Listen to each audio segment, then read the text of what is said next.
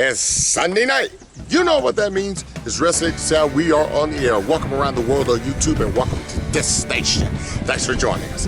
I'm Cornbread Heineken. Oh yeah, by the way, if you're on this YouTube soundcast, why don't you like this video, subscribe to our channel, then ring the bell. Ding ding, that way you ain't miss a thing. And yes, I am on location, folks. Yes.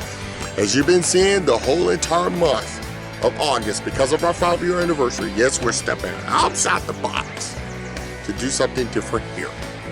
Yes, we stepped outside the box and we are coming to you from the world famous Craighead Forest Park here in Jonesboro, Arkansas. And yes, we're hosting this very special series because it's our 5-year anniversary. You know, we always talk about our destination.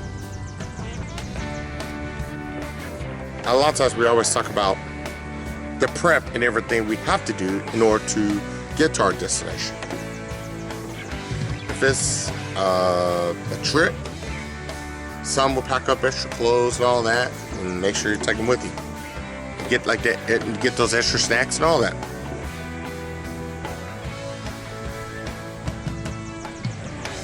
A lot of times, you know, the throwback churches always talk about living right in order to make heaven. Tonight, we're going to combine those two. In fact, how about we go inside the world infamous Wrestling Church, and our Associate Pastor Pam Hovis is standing by tonight, and yeah, we're going to expound on this bad boy. Tonight, your decisions determines your destiny. Pam Hovis, all yours. Let's rock and roll. Let's go resonate.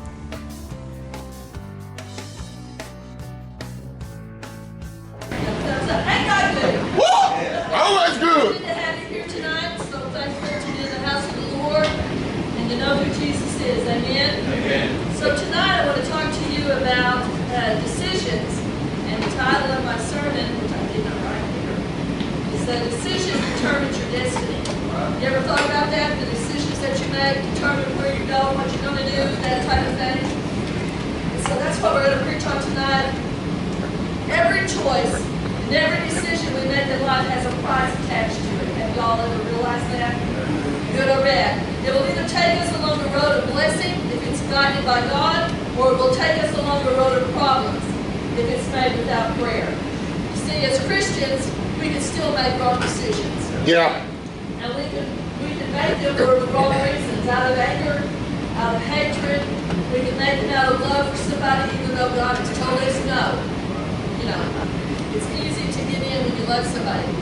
We need to know that our choices will have a definite effect on our future. Yes. And so tonight I'm going to talk to you about, it's going to be short and sweet, but I'm going to talk to you about a few of the people in the Bible, men in the Bible who made right and wrong decisions. And I'm going to start with the ones who made wrong decisions. And I'm sure there are people you've already heard of. We know that David left the Ark of the Covenant in Obed-Edom. You said, what does that have to do? He got mad at God because they were moving the Ark of the Covenant and it began to fall, and the user reached out and touched it. But God had told him no man can touch it. And for that mistake, he died. And it made David mad. Y'all ever get mad? Yeah. Made David mad, and he was frustrated with the whole situation. So his solution to this problem was, instead of obeying God and taking it back to where it was supposed to go, he would just drop it off at Obed-Edom and leave it there. Yeah. He left it there for 3 months. Now, Obed-Edom was great because they prospered greatly because the ark was there. You understand? Yeah. But David and them began to hear about all the great things that God was doing for them, and he began to wonder, that was supposed to be my blessing. And so he had to go back and get it. And the Bible says, then he followed to the letter everything he was supposed to do to get it back. But sometimes, out of anger, you and I make decisions that are going to affect us for the rest of our lives. Yep. And this is what David did. You know, it was a good thing for Obed-Edom, but it was a bad thing for David. Now, bad things happened to him, no, but they didn't get the blessings they should have had out of his disobedience. Right. And you and I can do that today. We're men and women of God. We know where we're going. We know that we serve the Lord and that He's great and that He's mighty. But sometimes out of anger or frustration or just, it ain't what I wanted to do, we make a decision that affects our lives. It can cost us our salvation. Break it, sister. It's easy to look at everything and say, oh, it'll be okay if I do this, or God forgave me before, but that don't mean He will the next time. Come on. Especially if it's your intent in your heart to just continue to ignore what God's telling you to do.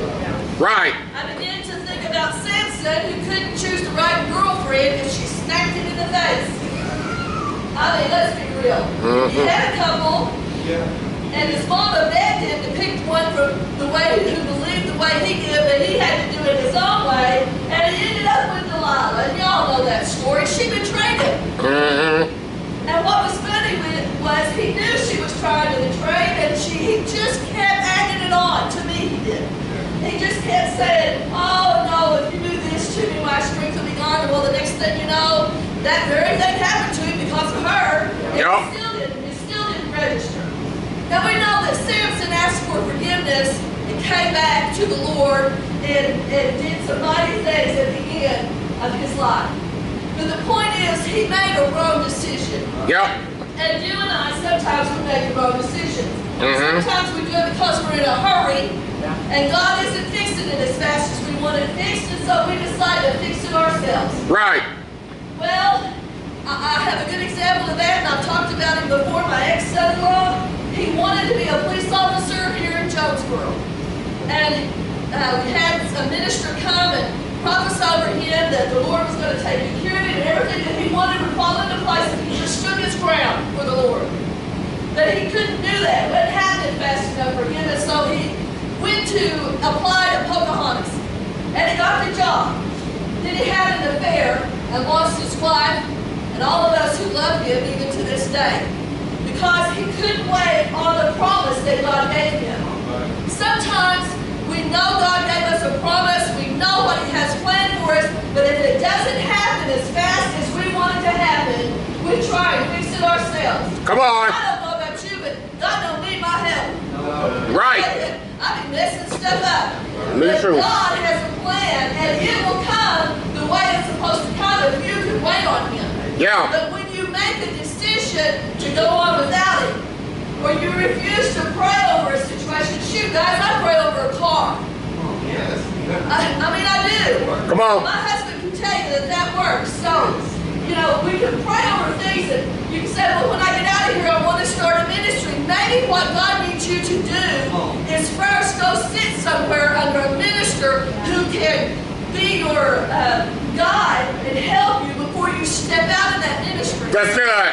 Because if you step out too quick and things get a little hard and the enemy attacks you, if you don't have that foundation, sometimes the enemy can destroy you and take away that vision. All because you were in a hurry. It's easy to get in a hurry. I mean, we do it all the time. Sometimes we're in such a hurry we don't even pray over our food. Ooh, help us, Lord. We didn't even pray this morning when we got up. We didn't even bother to pray over the service tonight. We all knew we were going to be in church tonight. Come on. Pray over that. You see, we put things before what God has planned for us. And we get in a hurry. We'll accept a job and be miserable at a job because of what the job God wanted us to have, but we thought we had to have a job. And I know sometimes we really think we need a job because we need money, and I understand that. Come on. Sometimes if you're seeking God and you will take your time to listen to Him, the job you need is just around the corner.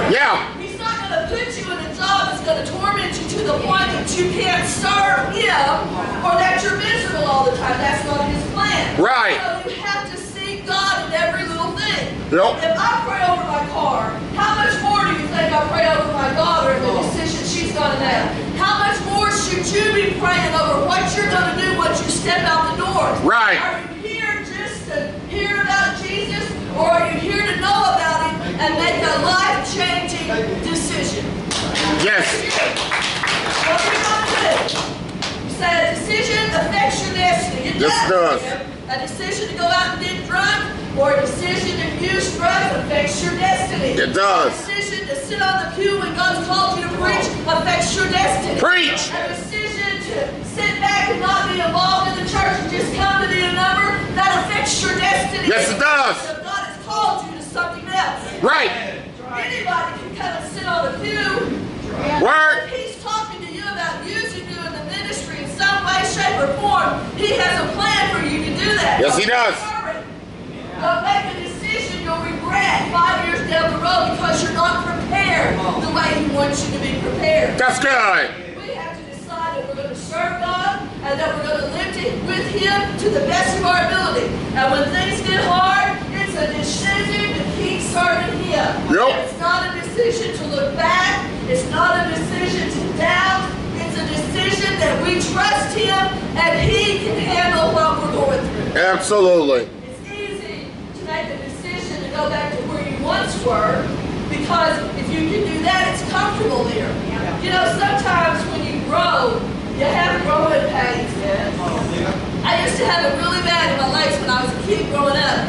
And, you know, you're always scared when you're a little kid. Dad said, you're just growing. And I said, I don't think I like it.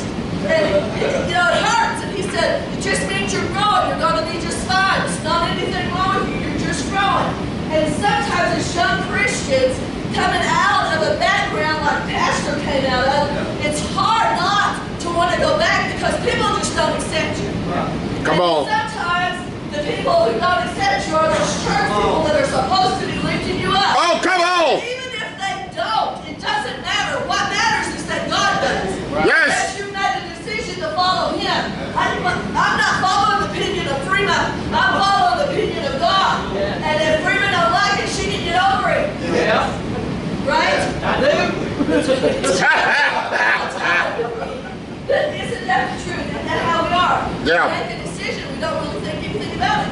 Right. It won't be no big deal for me to steal the candy bar and slip it right in, just sleep right here and walk right out the door. Or it won't be a big deal if I get into, there's no kids in here, but my favorite thing is when a kid goes and gets money out of mom's purse. That aggravates me because anything that's mine, you know I'm going to give it to them. But if they've been getting in my purse and getting it without asking me, I have a problem. Big problem. Because that's the thing. Now y'all say, well, that's kind of harsh. But if I'm raising them up to know who Jesus is and to know what they're supposed to do, Right. getting in your mom's purse unknown, it makes you a thief, and you're accountable for that. Yep. It's accountability. And so you need to make a good decision. Hey, there's the mom in this room. If their kid's at mom's and she had $5, then she'd give her kid $5. Right. There's not a dad in this room who wouldn't do that. But what about the things of Jesus? If your kid was to ask you, Dad, I'm going the same way you went, how am I going to stop? Are you in a position, because of your decisions, to say, this is how to stop it, and let me talk to you about Jesus? Or do you have a decision to say, well, you don't have to, son, but never bring the Lord up when you know the Lord brought you out of it? That's a decision. Yep. I thought about Jonah.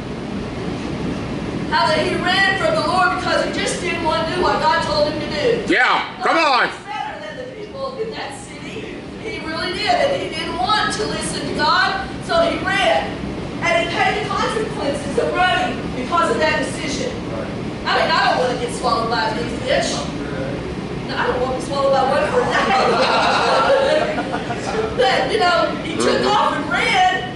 He was a man of God, but instead of listening to the man of God, he ran. And we do the same thing. Oh, come on. Sometimes that He has a purpose in us, and it's easier to tuck tail and run than it is to stand firm and say, okay, Lord, you got this, and I'm doing it the way you said. Yeah. Isn't it funny how all the people I talked to you about today so far have been men of God? Isn't it funny how a man of God can make that mistake? Has nothing to do with a sinner making a mistake. Oh, come on. What I'm talking about is that man or woman of God who knows better and still chooses wrong. Yes. It's the decision that you make. You can't understand why your kids never go to church, but you never took them. Oh! Or the whole time you were home, you talked about the pastor. Or you griped and complained about the Sunday school teacher. Why would they want to go someplace like that? It was your decision. Yep. Put them where they're at. Yep. I can't make my daughter live for the Lord, but I can ask the Lord to renew in her a desire for Him. Yeah. she made a decision. But now I want to talk about Daniel. Y'all know Daniel? He's famous for being in the lion's den, yes? Did you realize that he refused to lose his dignity? The king wanted him to sit at the table and eat with him. And by eating what the king had at the table would have defiled his beliefs of what God gave him. Right. God told him to do. And he said, I can't eat that. But how many of us can say that? I can't go there. I can't do that because of my God and what I believe. But that's he God. stood up and said, no, I can't do that. He was even willing when they told him he couldn't pray out loud to still open his windows and pray. Yep, 3 times a day. He wasn't ashamed of God. He opened the windows up like he did every day and prayed. And some tattletale when he told the king. He snitched on him. Come on. It's the truth. Somebody went and told the king he's over there praying. Okay, we've all done that. Oh! We could have been the one that just closed our windows so nobody knew about us. Is that making a decision that's going to encourage your children or your family to serve God? Ooh. Is that how you're going to build your ministry if you're ashamed of that? You see, we have to make decisions that are going to affect us so that our ministry will flourish. Absolutely. So Daniel is a very good example of making the right decision. Yes. What about Ananias? Y'all know who Ananias is? Oh. So Ananias was a disciple, and when Saul came out of the wilderness, Jesus asked Ananias to go get Saul and to take him to somebody else's house. Yes. Now you know what Ananias said? And I'm going to say it in Arkansas, I'm not going to get that man. Do you know who he is? Right. Yeah. Come on. No way. I'm going to go get Saul. And God said, but he's changed. He's on my side now. And Ananias is saying, are you kidding me? He's on your side now. Do you know how many of us he's killed already? Ooh! But Ananias was obedient. And he went and got him, and he took him where God told him to take him. Yes. And out of that, we have one of the greatest ministers and writers of the Bible today. Yeah. But it took somebody being obedient to God, even though it was a scary situation. That's the key. Come on. Even though he could have went there, it wasn't going to happen that way because God told him it wasn't. And he had to believe in what God said. Right. He had to make a decision to go get Saul and take him. I forgot whose house he was taking him to. I'll think of it in a minute. And take him, huh? Do you know? Okay. So he had to take him and do what God said. Yeah. Now why did God ask Ananias? Because Ananias knew what God told him. There you go. Sometimes you and I question God, but we're still going to do what God tells us to do. Preach. We may not like it, we may not understand it, but because we love the Lord, we're going to do it no matter what. Yes. Right?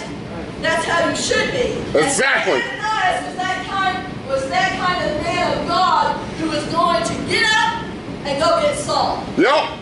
Now, I don't know if he was scared when he did it or not, and I don't really care because he went and got him. Yeah. And that's more than what a lot of us do. When things get a little hard, we be more like Jonah. Yeah. Or we'll just sit, I'll just sit up and pray. Let me pray a little bit and make sure that was God's voice that I heard.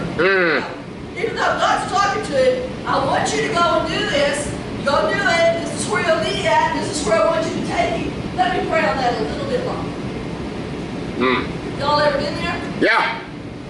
I was thinking about the man who laid out, and this is not my notes, so it's free. I was thinking about the man who put out a fleece. Somebody tell me his name. Okay, well, y'all know who I'm talking about.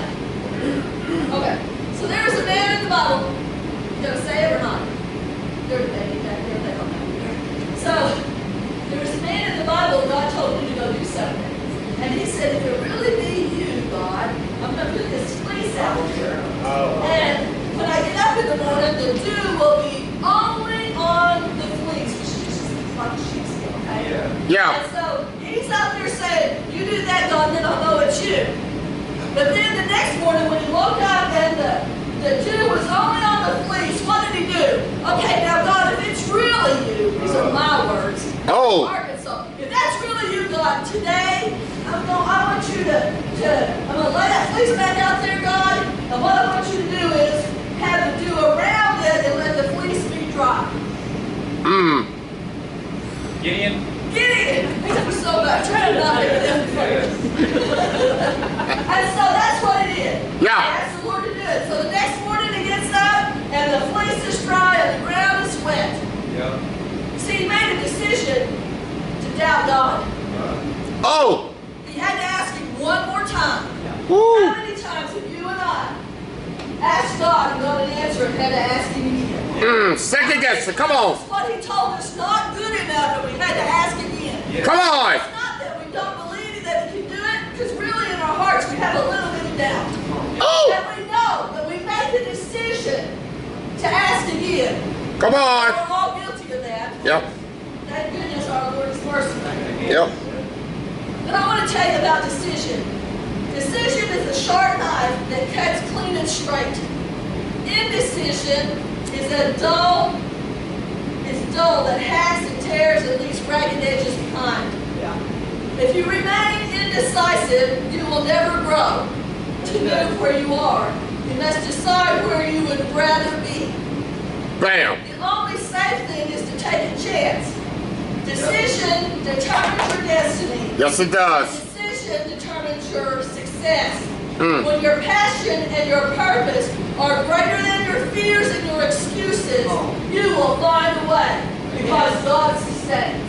God, hey, that's pretty good. Yep. Let's talk about indecision for just a minute. Oh, come on. How many times have we decided we're going to serve the Lord and then that old friend come back around and, oh, maybe that ain't, I kind of really would like to go with you. Maybe that, well, I think I could go tonight. So you haven't really made up your mind to serve Come on. the Lord.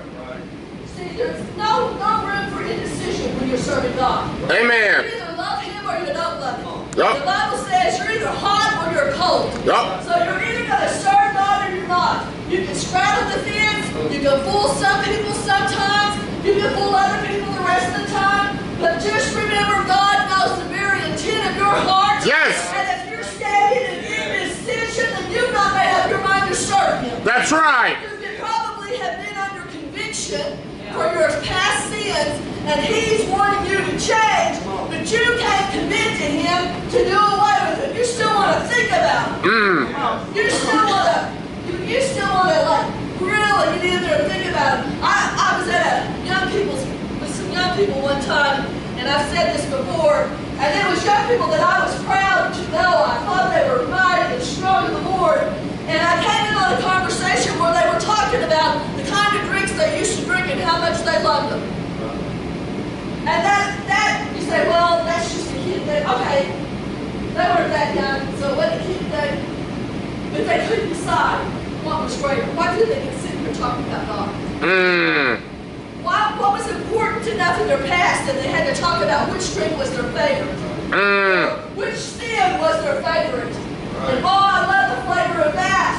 But they didn't talk about one time about the flavor of God and what He done to them. Right. And brought them out of. You see, they made a decision to dwell upon the past. And the past, once you're forgiven, is gone. The Bible says He's forgotten all about it. If you were to go up to Him and say, remember when He'll say, I don't remember that.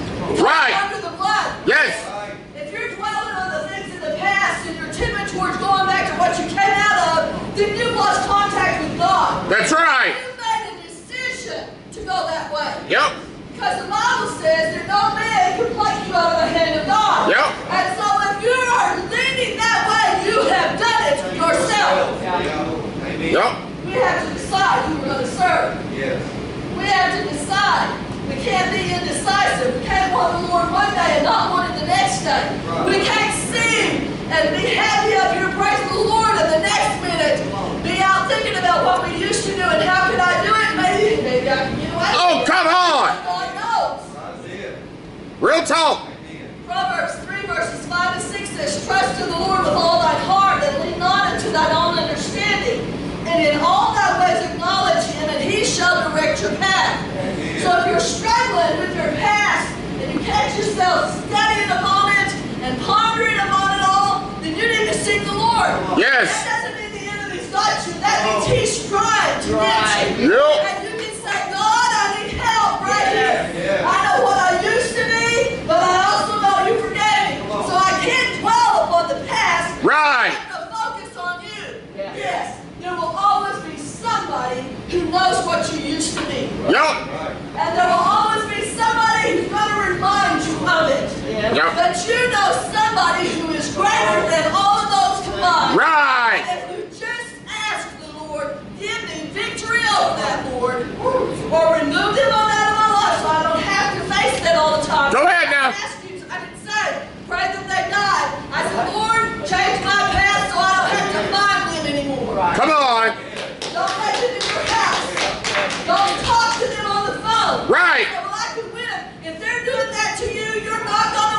Right.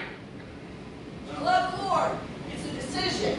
It is. You have to acknowledge Him in everything you do for Him to direct your path. Now, I didn't tell you that your path was going to be simple. Right. I didn't tell you your path will be easy. Come on. What I'm saying is, He'll put you on the right path, and if you want Him and serve Him, you'll stay on that path. Yes. James 1:5-8 says, if you lack wisdom, let him ask of God, that giveth to all men liberally and upbraideth not, and it shall be given him. But let him ask in faith, non-wavering. For he that wavereth is like a wave of the sea driven with the wind and tossed. Yeah. For let no man think that he shall receive anything of the Lord. A double-minded man is unstable in all of his ways. Right. So if you're indecisive, then you're not sold out. Yep. And you're just like the man, he said in the scripture that you are unstable in your ideas about who Jesus is and how you're going to serve him. You can't be tossed to and fro. You're either serving him or you're not serving him. Yeah. There's no in between. None. Because if there was, that's where everybody would be. And you have to make a decision. I am serving God or I'm not serving God. Right. Philippians 4:6 says, be careful for nothing, but in everything by prayer and supplication with thanksgiving, let your request be made known unto God. Yep. Well, why is that important? Because he's worried about every little thing that involves you. Every little. He's worried about whether or not you're going to be able to withstand that storm, and he knows you can, or he wouldn't have put you through it. Boom. And he wants you to ask him to help you and have a conversation with him so that you can get to know him better. Yeah. He wants you to get that Bible out so that that roadmap can help you walk that path you're supposed to walk. He wants you to give him some of your time. What's more important than having time with God? I mean, come on, we could be on Facebook for 4 or 5 hours at least. A day. So why couldn't you spend an hour with God? Come on. I'm weak here and I'm weak here. You think he don't know that? He does. But he wants to know, he wants you to acknowledge that you are and that you need help from him. Yes.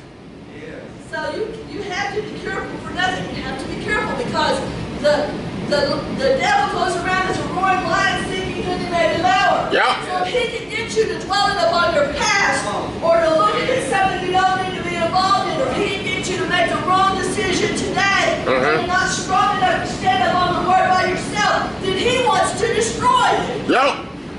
Because that's his sole purpose. Yes, it is. And we serve God. Stop that if you're willing to make a decision to serve him. Right. Wholeheartedly. James 4:7-8 says, submit yourselves therefore to God, resist the devil, and he will flee from you. I've heard that my whole life, and nobody ever quotes the next verse. It does say submit yourself to God. It does say resist the devil and he will flee from you. And you have to resist the devil. Yep. If you're being tempted, you have to say no. God, give me strength to keep saying no.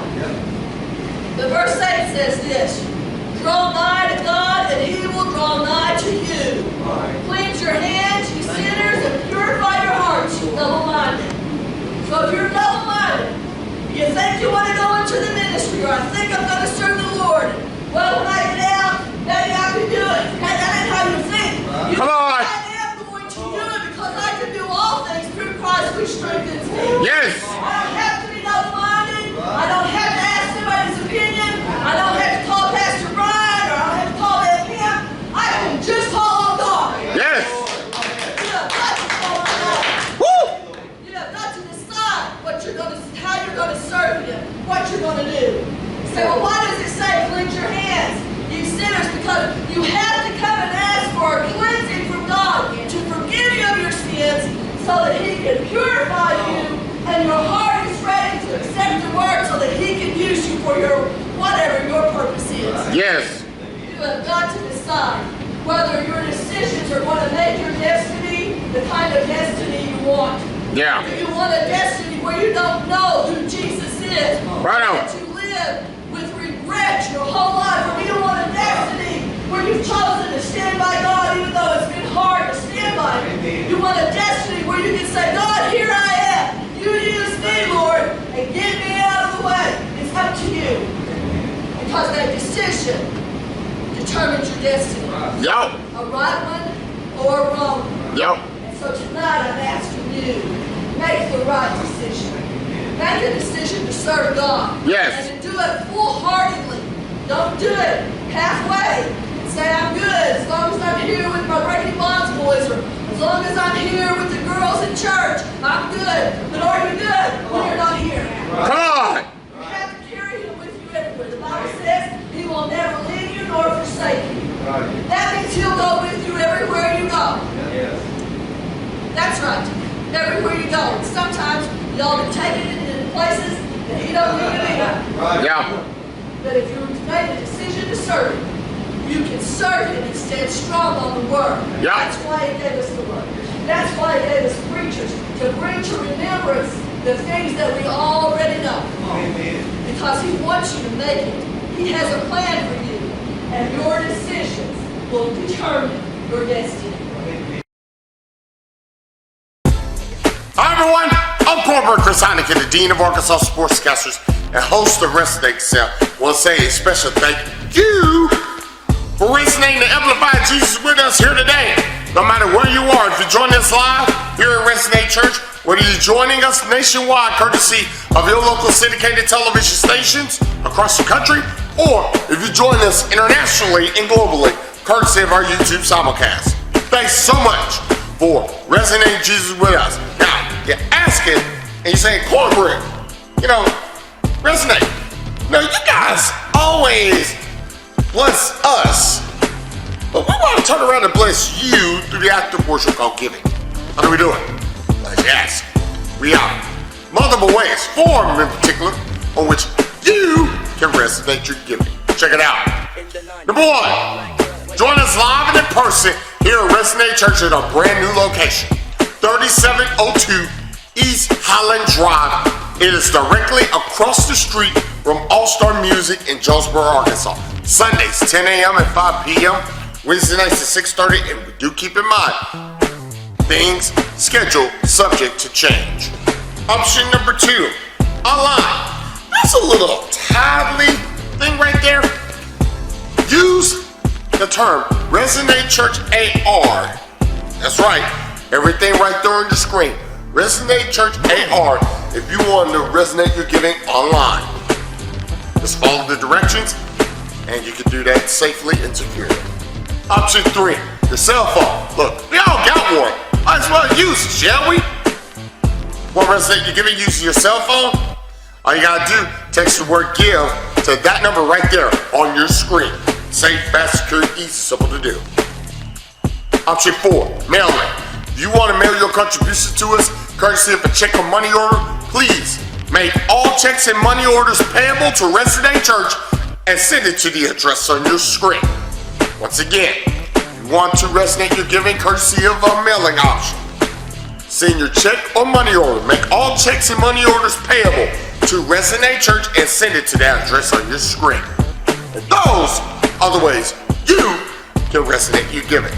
And remember, show love, give peace, and say Jesus.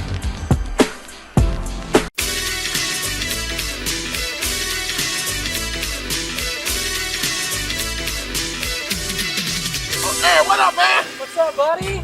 How are you, bro? I'm doing well. How are you doing? Oh my goodness. Woo! Man, just came out of Resonate, man. You know it's all good, man. Woo! And Sonny was talking about it. Hey, why don't you come join us? Sundays, 10 a.m. Come join us. Woo! Sunday night's scheduled to change. Wednesday, 6:30, it's on. Our women's ministry is strong and rooted. Our men's ministry has a solid rock foundation. All the kids can have so much fun. So can you. Our church is a great family church. And your family will love it too. Come join us at Resonate. Show love. Give peace. Resonate Jesus.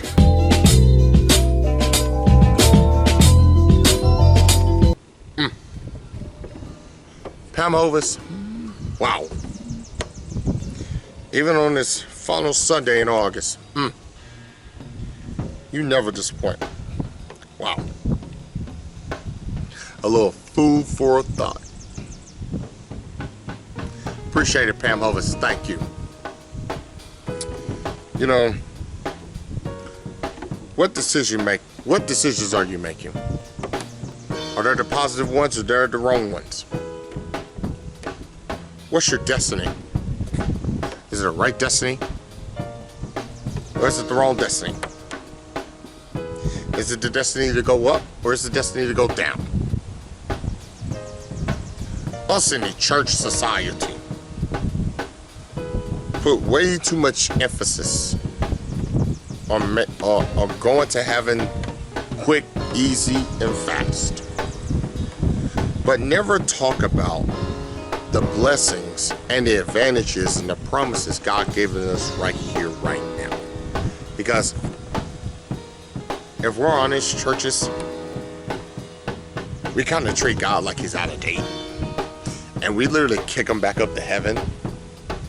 And then we only count him for Sundays and Wednesdays because we deem it as the Lord's Day.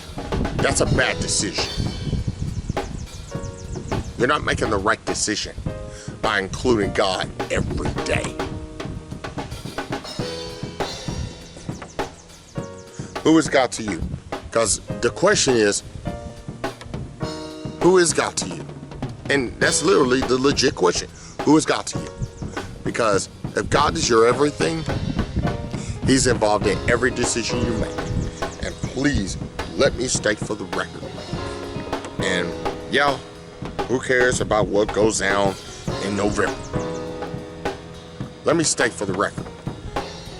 This has nothing to do with politics. This has nothing to do with quote-unquote church ideology. This has everything to do with God. And please hear me when I say this. God must be involved in every decision you make. You will reach the destiny of abundant life. Before you even reach heaven, you'll reach the destination of abundant life as a disciple if you make decisions that are God-based and God included. Period. There's nothing to discuss. If God is not involved in your decisions, then you already know your destiny, and it ain't good. If God's involved in your decision, it's always great. See, I'll talk to my girlfriend, Christina, every single day. And honey, you watching this broadcast, thank you. Love you. I'll talk to Christina every day. And the one thing that we absolutely, positively agree on is that God put us together. And that God will be included in every decision we make. Period. Because if God's not including the decision, then guess what? We screwed up. Here's the thing, God doesn't screw up. God doesn't make mistakes. We do as human beings. If he ain't included in the decisions, then our destiny is literally bad. Let me ask this question as we go off the air. What decisions are you making? And who's involved and who's included in those decisions? Think about that. That's a little food for thought. Decision making is always important, but including who's included in your decision making is way more important, because who included in your decision making is the path to helping you make the right choice or the wrong choice. But in this case, having God in the forefront of your decision making and having him included shows us and shows you and shows the world who literally resonates inside of you to where you can resonate to others. God, thank you so much for resonating your sound to us. Thank you. You at home for watching. Hey, ain't no service like a live wrestling service, because a live wrestling service will stop. Don't sit back. Don't be left out. Join us. Resonate Church. Info on the screen, plus 4 ways to resonate your worship through giving. Take advantage of them, will you? ResonateChurchJonesboro.com as the other option. And all pictures, news, scoops, views, info, so much more. Facebook.com/Resonate Church Jonesboro. And you're watching this program on our YouTube simulcast. Like this video, subscribe to the channel, then ring the bell. Ding, ding. That way you ain't missing anything. Yes, these shirts, or shirts you've been seeing here on this broadcast, guess what? They're available one place only. Resonate Church. Here it is, right here, the Alexis Pacheco shirt. Forgiveness is love on the front. Check out the back. Can't forgive, you can't love. This shirt and a whole lot of other ones are available at Resonate Church. It's the only place to get them. And guess what? You won't see these shirts sold anywhere else. Folks, we got to get out of here. Thank you so much. It's been a great month of August, celebrating 5 years of television, resonating television, and changing the game in discipleship TV, and changing the game in good news television. Thank you so much. Folks, we're closing out the month this Thursday night with a special Resonate sound. Make sure you join us. Until then, for everyone at Resonate Church and for everyone in Syndicated Media Television Partners Group, I'm Chris Heineken. We say to you, show love, give peace, resonate Jesus. We will see you right here this Thursday night as we close out our anniversary month and get set for season 6. We'll see you this Thursday night. Join us, will you, 9 p.m. Eastern, 8 Central. Good night, Canada. Good night, everybody. We'll see you this Thursday night. So long. Neither death nor grave. Stop, I got this. No sickness.